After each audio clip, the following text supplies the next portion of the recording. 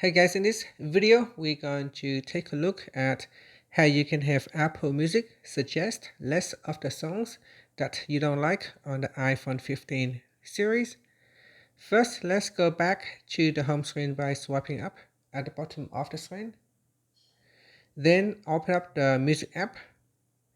Next in here, you can open up songs or the playlist. So let's say if you open up songs, then right next to the songs, tap on the More button and then tap on Suggest List. So let's see, let's say for example this one right here, you can tap on Suggest List, and that will from now on Apple will suggest less of similar songs like that. Or you can undo Suggest List. So the Suggest Less features in Apple Music app is a way for users to provide feedback to the app's recommendation algorithm. When a user selects the Suggest Less feature, so when they select Suggest